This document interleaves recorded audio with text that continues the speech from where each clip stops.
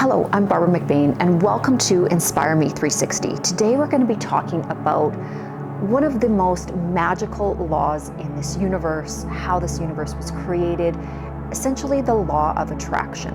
So I want to break it down for all of you viewers out there, essentially, that are trying to create your dream life. And sometimes it gets a little bit confusing in terms of the information that we hear about the law of attraction, what really is manifestation, how do we utilize manifestation as an active creator of our own life and a collective creator of the world at large. How does it all work? How does it interconnect and how does it fit together? So again, I'm going to try to make it as simple and easy as possible so that you can integrate these lessons into your own daily life and finally figure out how to actually maximize each and every moment that you're living. So it's pretty simple when it comes down to attracting exactly what you want to attract. So in terms of the universe, it's kind of an ask and it is given law. And there are a few caveats to this, but I'm going to break it down in its simplest form first.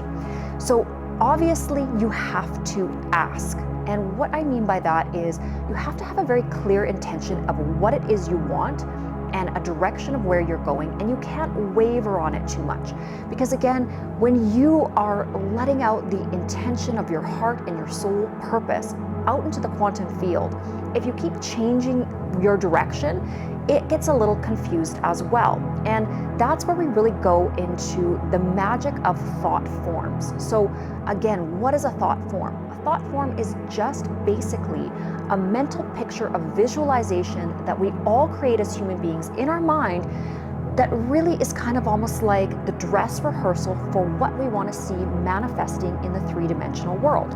So we can use these tools like visualization to exactly depict how and when and the unfoldment of how we want to see things play out in 3D essentially. Now, again, with the law of attraction, the universe is not going to give it to you exactly necessarily how you visualized it. And that's a good thing because again, there's a little bit of mystery, there's a little bit of the element of surprise, and that makes the journey super exciting and super fun. So don't get frustrated if you are visualizing and actively creating, manifesting, and things are not showing up exactly how you played it out in your mind.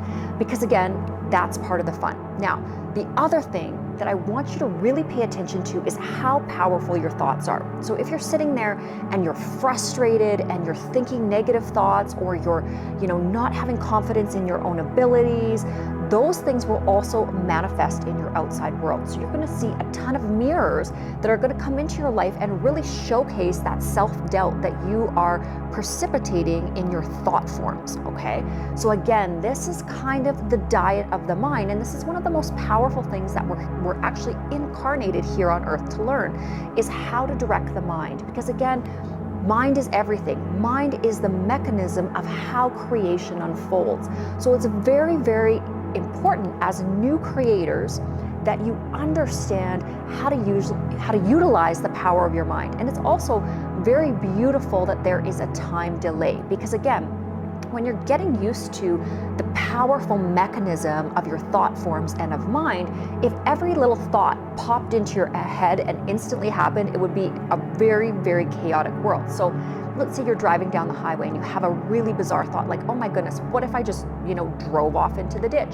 Sometimes we get these really strange thought forms that pop into our head.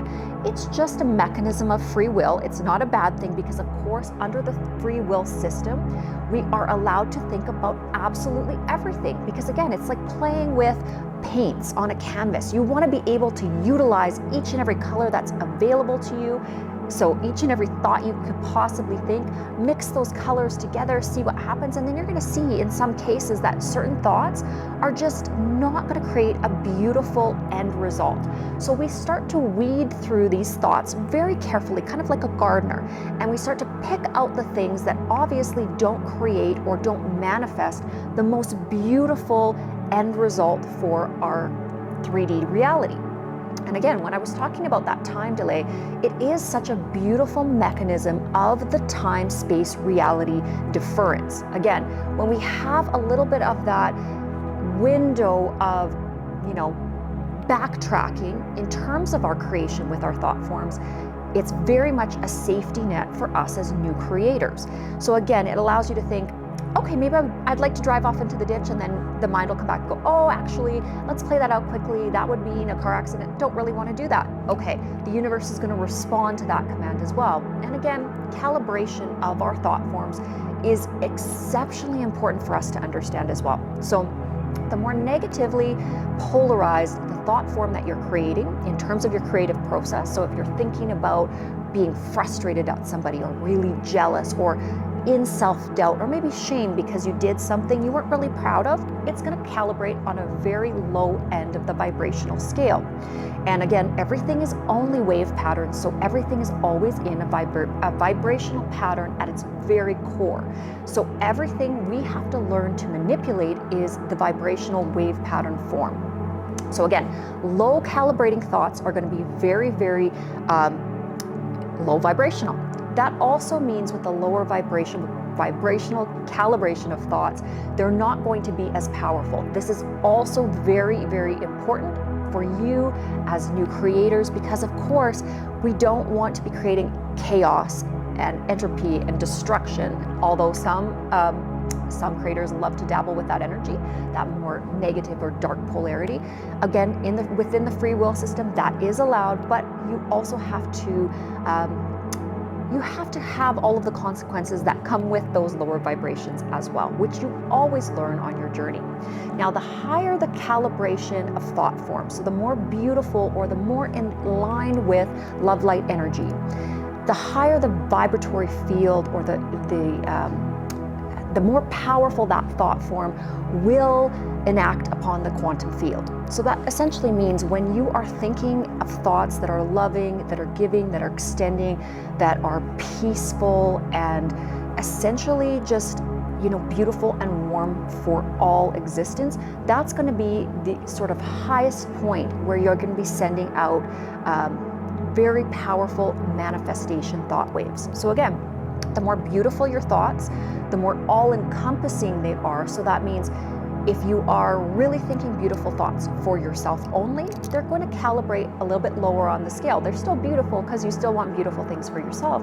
But when you start to expand out of that into a broader thought space where you're actually desiring beautiful things for all others, for nature, for the planet, for the solar system, the bigger the thought form, the more beautiful it is, the more powerful it is within the nature of the quantum field or the matrix.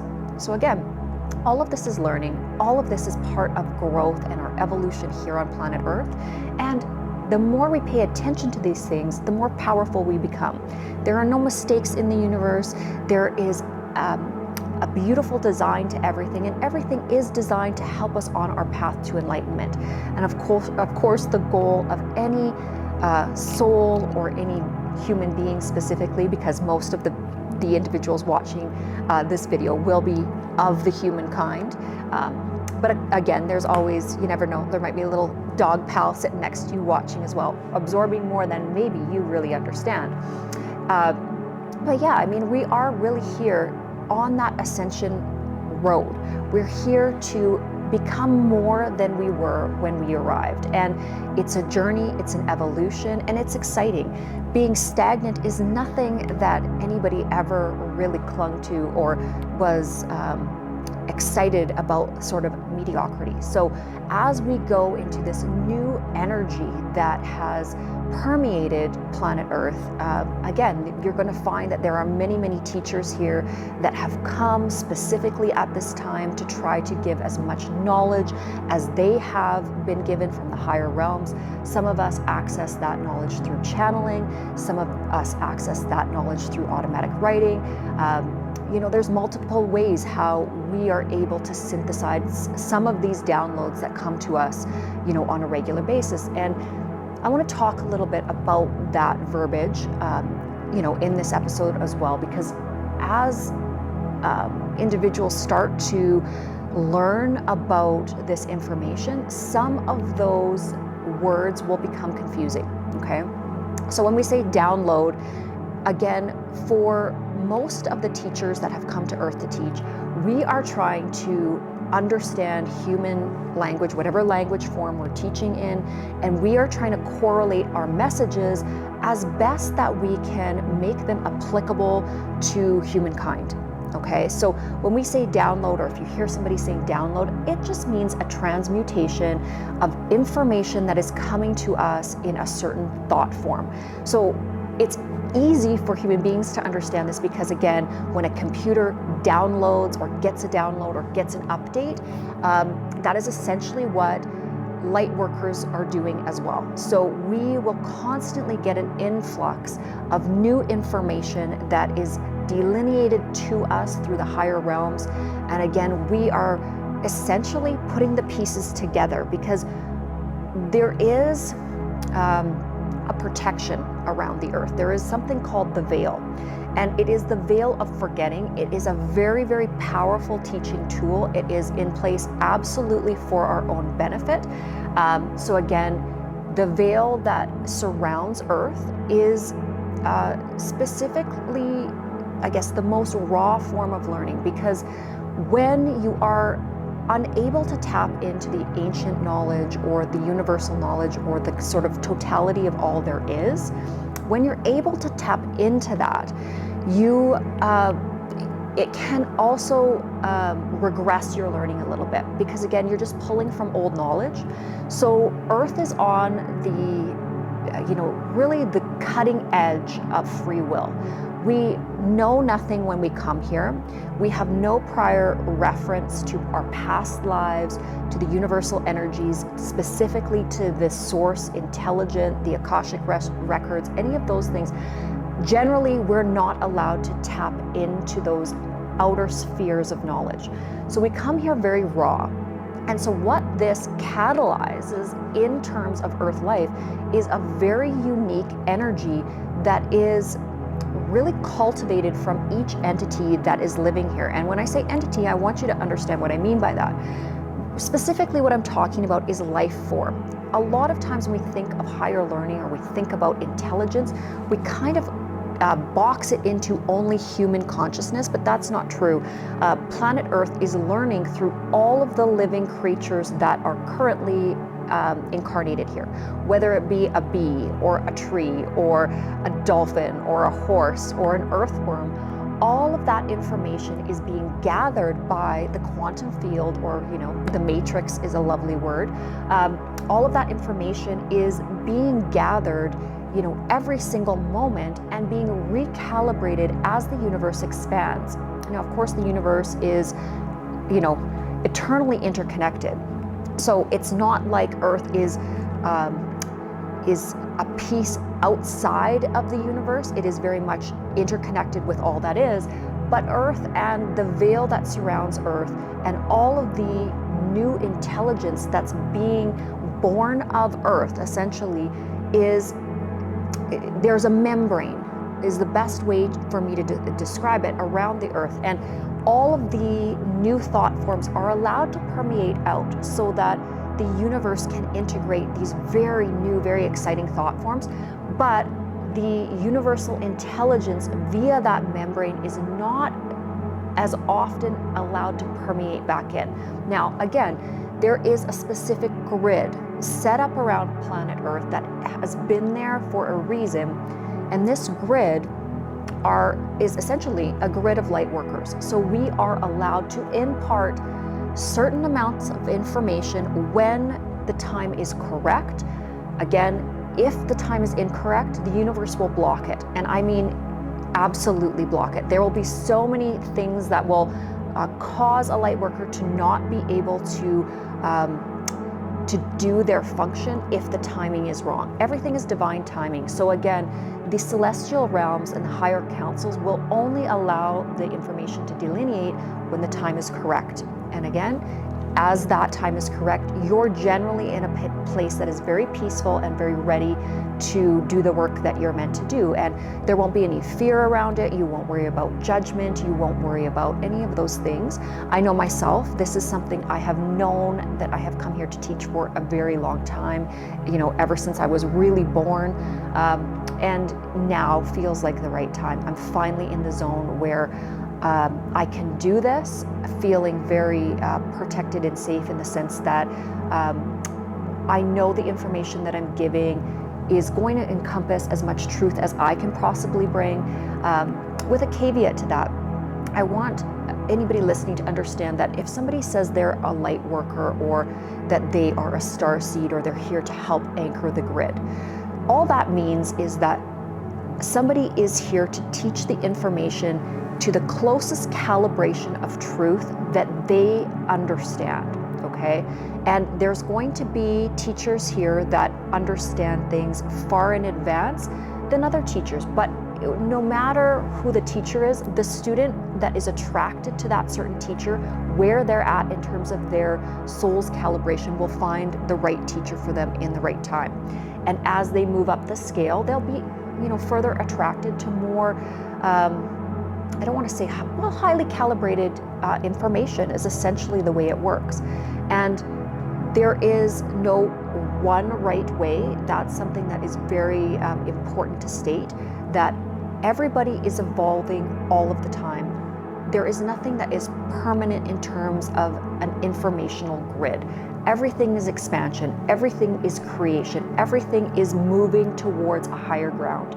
Even Source itself is moving to a higher ground through all of its creations, okay? So you never have to think that if I think a thought, it's against God, or if I think or do an action that it's against God. Now, I'm not going to tell you to go out and murder people. Absolutely, I'm not telling you to do that. What I'm saying is, let's say you do something like steal. Let's say you went into a store and you stole a pair of jeans. Now, that's not really in alignment with the highest principles of the universe. It's certainly a low calibrating action, and obviously a thought form preceded that action because you had to think about, premeditate the fact that you wanted to go in and take those jeans. And so of course there was always a thought form that preceded that action. However, that situation was meant for your learning. So again, it allows you a choice point, and it allows you to understand how that choice point will affect the quantum field.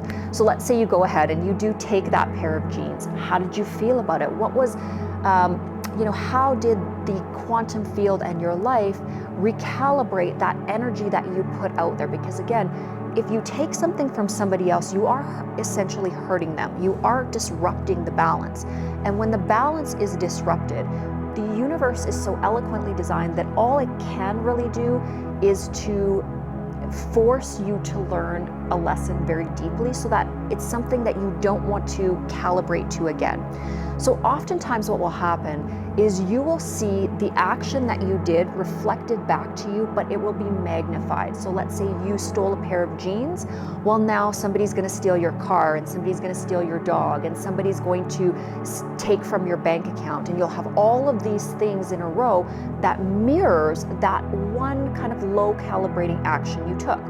And so then when that happens, the deep core soul lesson starts to become embedded within you. You start to realize it is not even worth stealing a crumb of bread. It's just not, like, there's just no value in taking that action, because the way that the universe recalibrates around that kind of action has such repercussions, especially if you are polarizing into a positive polarity, which is service to others.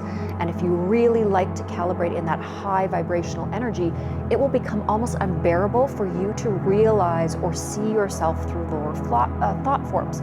So again, this is kind of my best way to explain these things to you. Not everything is going to resonate with everybody. A lot of people will say, you know what, this doesn't make a lot of sense to me.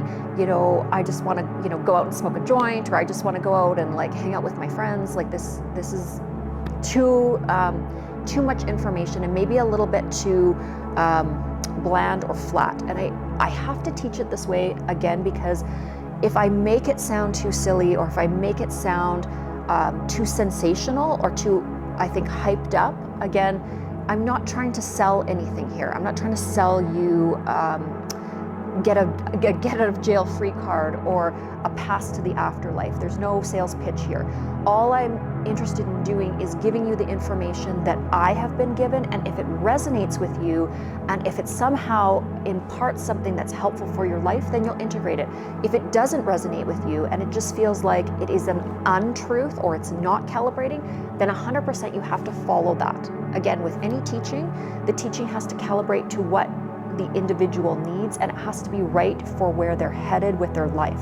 So don't feel frustrated, if you're coming from perhaps a religious background and, you've been told your entire life that there's only one messenger or there's only one message and it has to stay static. And if that really resonates for you, and if that really fills your heart with joy, that's wonderful. But also you have to note that which is of God or source will never calibrate to the thought form or the energy of fear-based teaching. So any teaching that is grounded in punishment or fear is not actually of source. It's a distortion, because again, source is unconditional love. So there is never any punishment truly for anything. Now, I will explain the law of attraction a little bit more broadly, and what human beings understand as punishment or perhaps hell in the next video, so that I can explain it to you in a way that it doesn't feel scary and might make a little bit more sense to those people that are watching. Again, thank you so much for tuning into this episode. Hopefully it was helpful. And again, if anything didn't resonate with you, take it for what it is and just don't integrate it into your life. But if it does resonate and it's feeling like you have more questions, please put your questions in the comments and I will answer them. That's what I'm here to do, to answer as many questions as I possibly can in the most highly calibrated fashion. And again, thank you so much for watching.